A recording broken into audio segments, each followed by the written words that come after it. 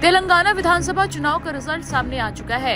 इन चुनावों में तेलंगाना में कांग्रेस ने बीआरएस को हराकर सत्ता से बाहर का रास्ता दिखा दिया है। ऐसे तो तेलंगाना में मुख्य मुकाबला कांग्रेस और बीआरएस के बीच ही रहा, लेकिन दक्षिण के इस राज्य में पिछले चुनाव के मुकाबले बीजेपी ने शानदार प्रदर्शन किया है। बीजेपी ने तेलंगाना में 8 सीटें जीती हैं। 2018 के विधानसभा चुनावों में बीजेपी को महज 1 सीट पर जीत हासिल हुई थी।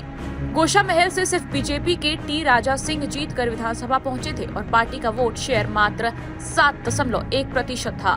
लेकिन इस बार बीजेपी ने तेलंगाना में उम्मीद से बढ़कर प्रदर्शन किया है और इसमें सबसे बड़ा रोल बीजेपी के टी राजा का है, जो बीजेपी के लिए हमेशा से हैदराबाद में ओवैसी के गढ़ में झंडे गाड़ते रहे हैं।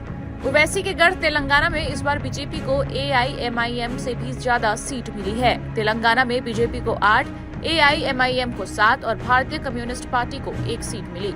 इस जीत में बीजेपी के टी राजा सिंह का काफी अहम योगदान रहा। वो ऐसे समय में बीजेपी के लिए हैदराबाद में डटे रहे जब बीजेपी का सिर्फ एक विधायक तेलंगाना में था, और आज वो एक बार फिर से अपनी सीट जीतकर लौटे हैं। गोशा महल सीट से एक बार फिर टी राजा सिंह ने जीत दर्ज की है। उन्होंने इस सीट पर बीआरएस प्रत्याशी नंदकिशोर व्यास को 21,457 वोटों से हराया है। हैदराबाद की गोशा महल निर्वाचन क्षेत्र से अपनी जीत पर बीजेपी के उम्मीदवार टी राजा सिंह ने वोटर को उन्हें तीसरी बार सेवा करने का मौका देने के लिए शुक्रिया अदा किया है। उन्होंने कहा कि लोगों ने पिछले 9 सालों से मेरा काम देखा है। मैंने 500 करोड़ रुपए से अधिक के विकास कार्य किए हैं। इस दौरान राजा सिंह ने कहा कि एआईएमआईएम, कांग्रेस और बीआरएस ने मुझे हराने के लिए शक्ति, धन और पुलिस का इस्तेमाल किया। उन्होंने जानबूझकर मतदान केंद्रों पर ऐसे लोगों को नियुक्त किया जो मतदान को धीमा कर दें। तीनों राज्यों की जनता ने तय कर लिया है कि वे कांग्रेस या किसी अन्य पार्टी को नहीं। गोशा महल की जनता ने तीसरी बार उनकी सेवा करने का मुझे सौभाग्य प्राप्त करवाया है। आज तीसरी बार जीतकर मुझे बहुत खुशी महसूस हो रही है। गोशा महल की जनता ने 9 साल का मेरा कार्यकाल देखा है। 500 करोड़ से अधिक रुपए का मैंने विकास किया है गोशा महल विधानसभा में।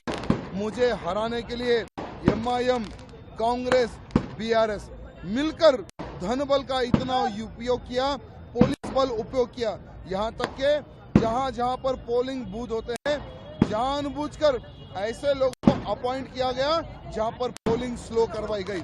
नहीं तो आज 21,000 से नहीं 50,000 की मेजोरिटी से गोशा महल विधानसभा से मेरी जीत होती थी।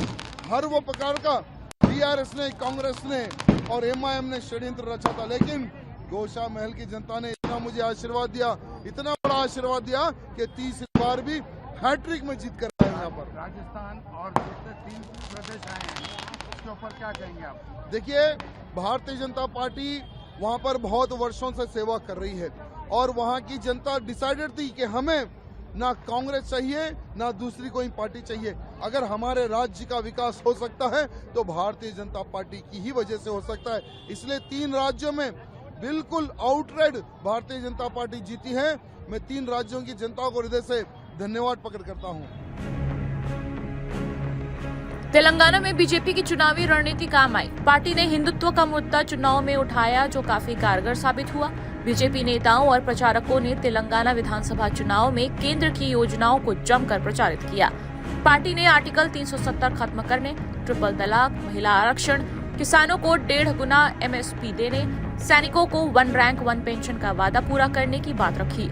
ये सभी मुद्दे कहीं न कहीं बीजेपी के लिए काम किए और उससे बीजेपी को चुनाव में फायदा मिलता दिखा, जो चुनाव नतीजों में साफ दिख रहा है। टाइम्स नाउ नव भारत डिजिटल की रिपोर्ट।